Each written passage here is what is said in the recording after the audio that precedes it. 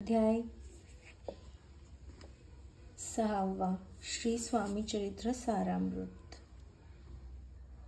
श्री गणेशाय नमः। धरोणी शिशूचा हात अक्षरे पंडित लिहवीत तैसे हे स्वामी चरित्रामृत। स्वामी समर्थ वदविती मी केवळ मतिमंद, केव्यू वर्ण चरित्र गाद परी माझा हा छंद। स्वामी समर्थ पुरविती ज्यांच्या वर प्रसादे करुण, मूढा होय शास्त्रज्ञान त्या समर्थांचे चरण। वारंवार नमित असे कृपाळू होऊनी समर्था, वदवावे आपुल्या चरित्र श्रवणे श्रोत यांच्या चित्ता ब्रह्मानंद प्राप्त होवो। सुरतरुंची घेऊन सुमने त्यासी चरपावी प्रीतेने, झाला ग्रंथ स्वामी कृपेने त्यांच्याच पदी अर्पिजे।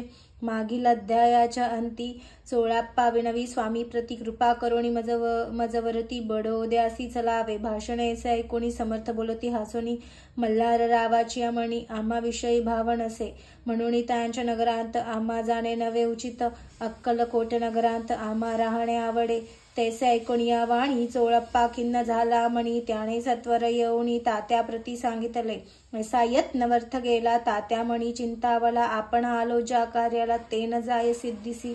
परी पहावा यत्न करोनी ऐसा विचार केला म्हणी। मग काय केले तात्यांनी अनुष्ठान आरंभिले, ऐसे नाना उपाय केले परी ते सर्व व्यर्थ गेले, कार्य सिद्धीस न गेले।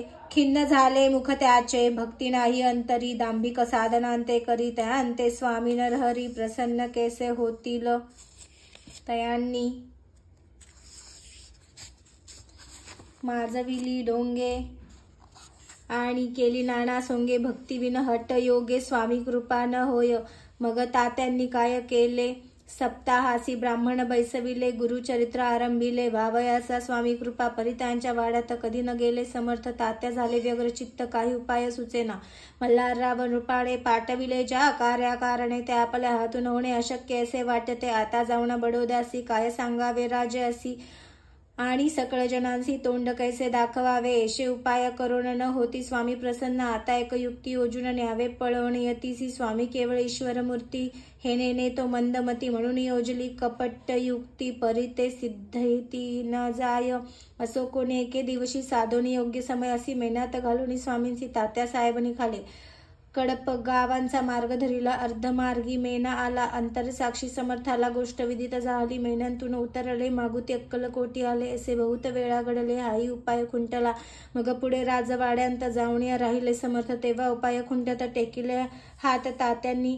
या प्रकारे प्रयत्न केले परी तितके व्यर्थ गेले। व्यर्थ दिवस गमाविले, द्रव्य खर्चिले व्यर्थची। मग पैशांते घेऊन बडवण्याचे आले, परतुनी समर्थ कृपा भक्ती वांचोनी अन्य उपाय न होय। परी मल्हारराव नृपती प्रयत्न आरंभित पुढती, सर्वत्रांसी विचारिती कोण जातो स्वामीकडे। तेव्हा मराठमराव यशवंत त्याचे नाव, नृपकार्याची धरून यावा आपण पुढे जाहला। स्वामी करणे वस्त्रे भूषणे धन आणि अमोल रत्ने देऊनी त्या जवळी रूपाने आज्ञा दिदली जावया। तो येऊनी अक्कलकोटी घेतली समर्थांची भेटी, वस्त्रे अलंकार सुवर्ण ताटी स्वामींपुढे ठेवित। ती पाहून समर्थाला तेव्हा अनिवार्य क्रोध आला। यशवंता पाहुणे डोळा काय तेव्हा बोलले, रे बेडी आणि सत्वर टोकायाचे चरणी। ऐसे त्रिवार मोठ्याने समर्थ क्रोधे बोलले। क्रोध मुद्रा पाहून यशवंतराव भ्याला म्हणी पळाले, तोंडचे पाणी लटालटा कापू लागला। मग थोड्याच दिवशी आज्ञा आली यशवंताचे सत्वर यावे बडोद्यासी, तेथील कार्य सोडून साहेब विष प्रयोग केला। मल्हाररावावळी आला त्या कृत्या माझे यशवंताला गुन्हेगार लेखिले। हाती पायी बेडी पडली, स्वामी वचनाची प्रचिती आली, अघटित लीला दाविली, ख्याती झाली सर्वत्र समर्थांची। अवकृपा जयावरी त्याच्या कष्ट होती, शरीरी कृपा होय जयावरी त्या सर्वानंद प्राप्त होय। महासमर्था भक्त पालका, अनादि सिद्धा जगनायका, निशिदिनी शंकर सका, विष्णूची म्हणी वसे। इति श्री स्वामी चरित्र सारामृत नाना प्राकृत कथा समंत सदा भक्त परिस्रोत षष्ठोध्याय गौडः। इति श्री स्वामी चरित्र सारामृतें षष्ठोध्याय समाप्तं। शुभं भवतु।